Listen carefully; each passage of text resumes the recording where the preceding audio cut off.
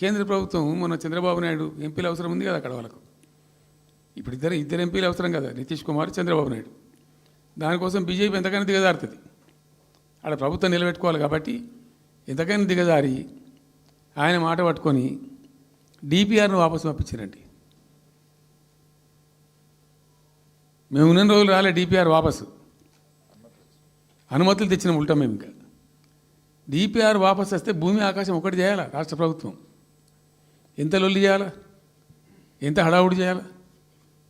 All party delegation తీసుకుపోవాలి. అవసరం వస్తే మేము వడ్లు కొనకపోతే పోయి ఢిల్లీలో ధర్నా చేసినామండి. మేము అప్పుడు మా గవర్నమెంట్ ఉన్నప్పుడు రైతులు పండించిన పంట కొనకపోతే యావత్తు ఎమ్మెల్యేలము క్యాబినెట్ అందరం పోయి ఢిల్లీలో ధర్నా చేసి కేంద్ర ప్రభుత్వం మెడలు వంచినాం. మేము 80 లక్షల టన్నులు మనకి తీసుకుంటామనేటువంటి ఒప్పందం మీద సంతకం చేయించుకొని వచ్చినాం.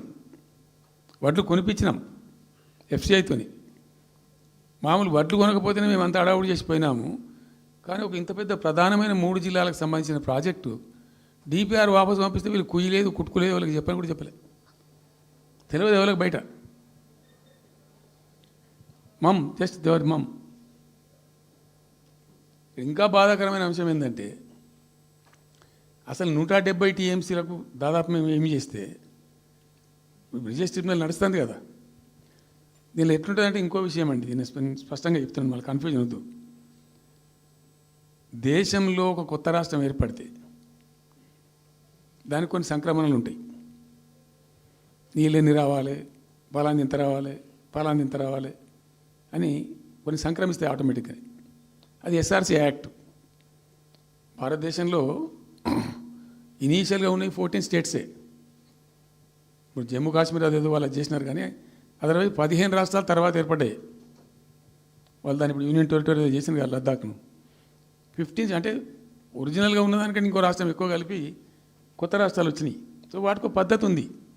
ఏ రాష్ట్రం ఏర్పడ్డప్పుడు దానికి ఏదేమి ఇవ్వాలి, హైకోర్టు ఎట్లా, పలాంది ఎట్లా అన్నీ దానికి ఒక చట్టం ఉంది. అవన్నిటిని బుల్డోజ్ చేస్తూ ఇక్కడ ఇయ్యలే.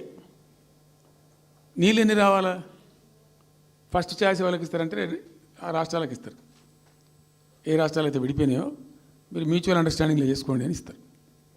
ఇక్కడ పొసిగే కార్యక్రమం కాదు.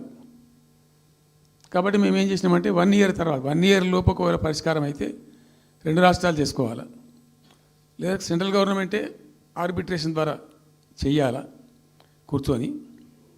చేయనప్పుడు ఏం చేయాలంటే సుప్రీంకోర్టుకు పోవాలి. మేము 1 ఇయర్ తర్వాత కేంద్ర ప్రభుత్వానికి అప్పీల్ చేసినాం. సెక్షన్ 3 వేయండి, మాకు కృష్ణా జలాల పునఃపంపిణీ చేయండి. చేస్తే దాన్ని వాళ్ళు ఖాతరు చేయాలి. మేము సుప్రీంకోర్టుకు పోయినాం. సుప్రీంకోర్టు కోపానికి వచ్చింది కేంద్ర ప్రభుత్వం మీద కూడా. ఒక రాష్ట్రం అంటూ ఏర్పడ్డప్పుడు యాక్ట్ ప్రకారం, పార్లమెంట్ యాక్ట్ ప్రకారం వాళ్ళకి రావాల్సిన అన్నీ రావాలి కదా. మరి ఇది కూడా వాళ్ళకి ఏదో తేల్చండి, మీరు తెలుస్తారా లేదంటే అప్పుడు ఆ మంత్రి, ఆయన పేరు షెకావత్ ఉండే కదా, గజేంద్ర సింగ్ షెకావత్.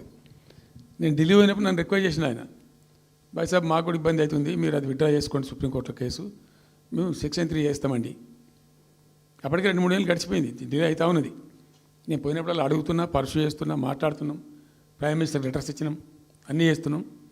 ఫైనల్గా సుప్రీంకోర్టు చివాట్లు పెట్టిన తర్వాత వాళ్ళు ఉండి మీకు విత్డ్రా చేసుకుంటే దయచేసి మేము ఇట్లా సుప్రీంకోర్టు ఆర్డర్ వస్తుందని తెలిసిపోయింది వాళ్ళకు కూడా. ఆటోమేటిక్ ఇస్తుంది కదా కోర్టు ఆర్డర్, న్యాయప్రదంగా రావాల్సింది ఇస్తుంది. కాబట్టి ఎట్లా తప్పేటట్లేదు ఇక కోర్టు ఆర్డర్ ఎందుకని చెప్పి మీరు విత్డ్రా చేసుకోండి భాయ్ సాబ్, మేము ఇచ్చేస్తాం. మంచిగా విత్డ్రా చేసి మళ్ళీ లెటర్ పెట్టినాం. మీరు చెప్పిన ప్రకారం విత్డ్రా చేసుకున్నామండి అంటే లెటర్ పెట్టండి అంటే పెట్టినాం. అది ప్రాసెస్లో ఉంది సెక్షన్ 3 వేయడానికి. చివరికి వేసారు. ఇప్పుడు సెక్షన్ 3 వేసారు. దాని మీద బ్రిజేష్ ట్రిబ్యునల్ అపాయింట్మెంట్ కూడా అయిపోయింది. ఇప్పుడు వాదనలు జరుగుతున్నాయి, మాకేం రావాలి, మీకేం రావాలి, తెలంగాణ రాష్ట్రం, ఆంధ్ర రాష్ట్రం మాట్లాడుతూ ఉన్నారు. సో ద క్వశ్చన్ ఏంది, అక్కడ ఉంది, ఇప్పుడు తేలుతుంది. మా ఉద్దేశం ఏంది, 90 టీఎంసీలు అయితే మాకున్నాయి నికరం, మాకు ఎవరు ఇచ్చేది ఏం లేదు, ఎవరు అడుక్కునేది ఏం లేదు.